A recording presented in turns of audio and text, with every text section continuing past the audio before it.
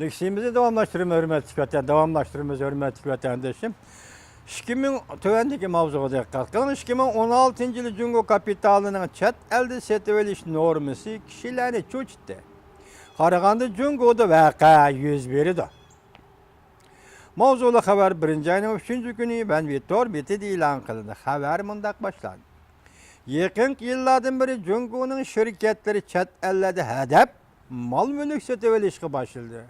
Şirketler hatta zavutlarını orada setevelişki başladı.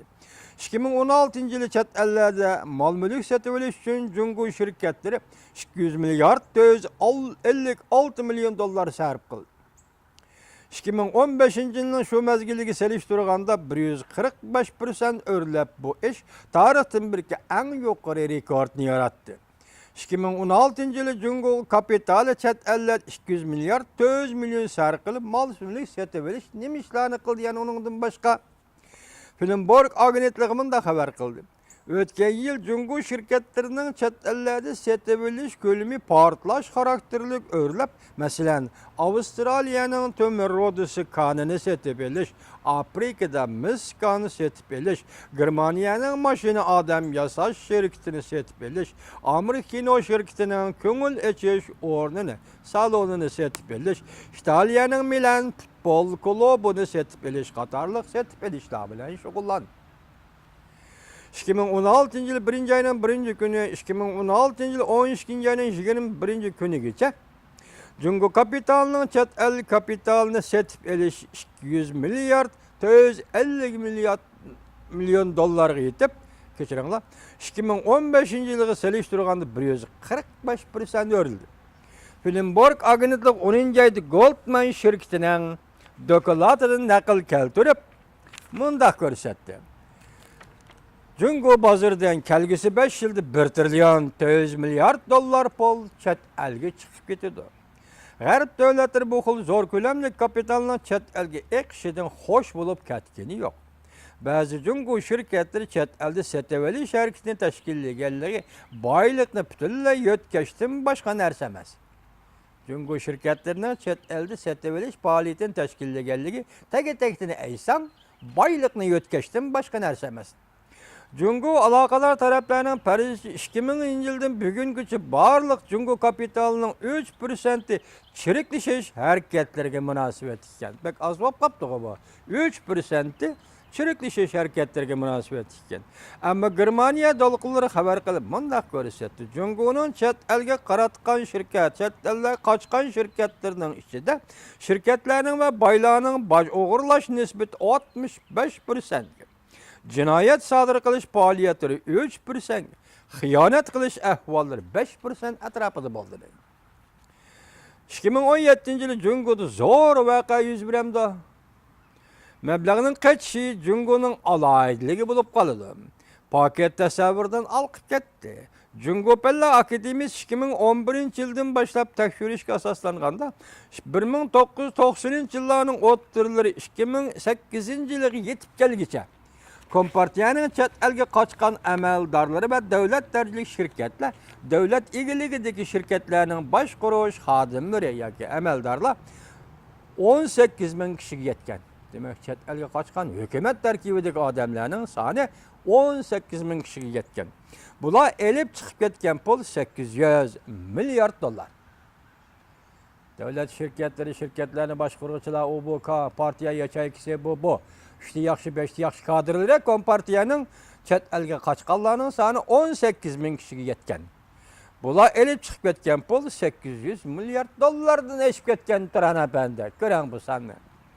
Teymen Cungo'nun kişilik hukuk köngülü biliş birleşmesinin başlığı Yang Shanghong mındak görsen. Pulunu götürüp kaçış bunçilekli emez. Yang Shanghong Amerika pul muamele nazaret organının 2012 yıldaki tekşürüş dokulatı asasılıp mındak görsetti.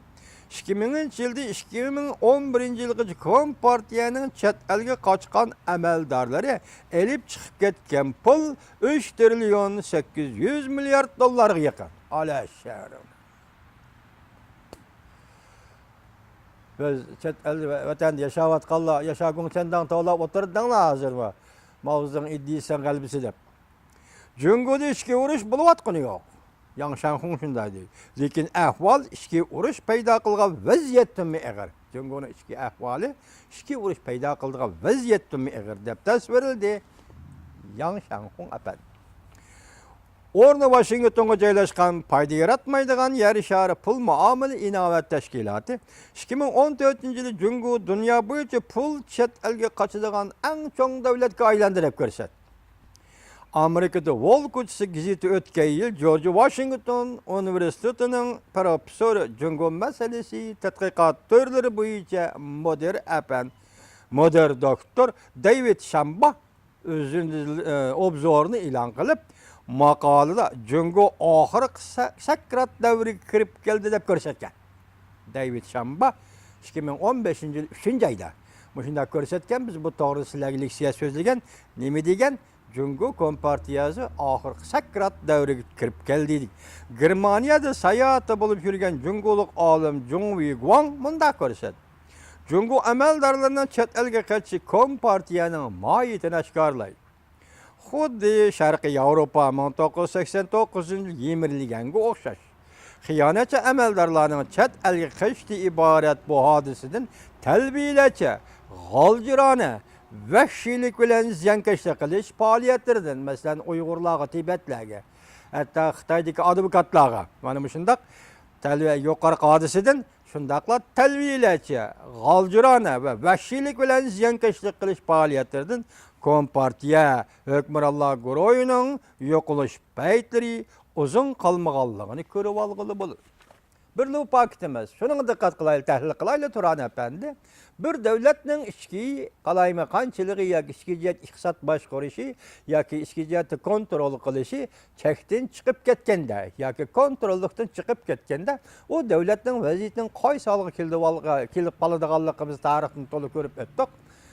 Masalan, Tayvan va Beijingda yuz bergan Beijinglik o'quvchilar harakati degan bu Jungoda dal shundaq vaziyat ostida portlagan harakat edi. Uni bostirishlar yo'qotdi deylik. Endi hukumat uni bostirdi, bostirmasa hukumat ag'dirildi degan gap yo'qoladi deylik. Endi shundaq vaqtda hozir selishto'qa vaqtida biz agar Xitoyning ichki qismida shundaq ishlar yuz berayotgan bo'lsa, shundaq qachish pul ilib qachishlar yuz berayotgan bo'lsa, u vaqtida bu ichki jihat o'zgarishga diqqat qilish siz bilan bizning ishimiz. Chet elning nima ish qiladiganligi u ikkinchi gap. Lekin masala shu ekanki, chet el qanday besim ishiltirdi, qaysi vaqtda besim ishiltirdi, masalan, nima sababdan besim ishiltirdi degan masalani o'ylab, uning savol va javob topa oladigan bo'lsak, demak, Xitoyning ichki qismidagi vaziyat shundaq bir sharoitni yaratdi bu. Chet el o'zi besim ishlatganligi talash tortish qilganligi uchun paydo bo'lgan emas. Xitoyning ichki vaziyati shundaq vaziyat yaratganligi uchun anda aralashlar ya besim ishiltirdi deb qarashimiz kerak. Biz bu yerda ko'rayotgan masala xuddi ayni chog'dagi Rossiyaning ichki vaziyati qaysi holga kelib qolgan bo'lsa, balki Jungoning ichki vaziyati navbatda uningdan ortiq bir holga kelib qoldi. Bu faqat chet elga oshkorlanmayotgan va siz biz bilolmayotgan bir hodisa. Dal shundaq vaqtda hozir Jungo kompartiyasining ichki va tashqi jihatdan qiyin ahvolga, qiyin o'tganligiga qiyin bo'lsa kelib qolganligi deb iborat bu paket bilan oxirgi maqol nim debdi. Kompartiyaning gumron bo'lish vaqti oz qoldi deb xulosa chiqardi.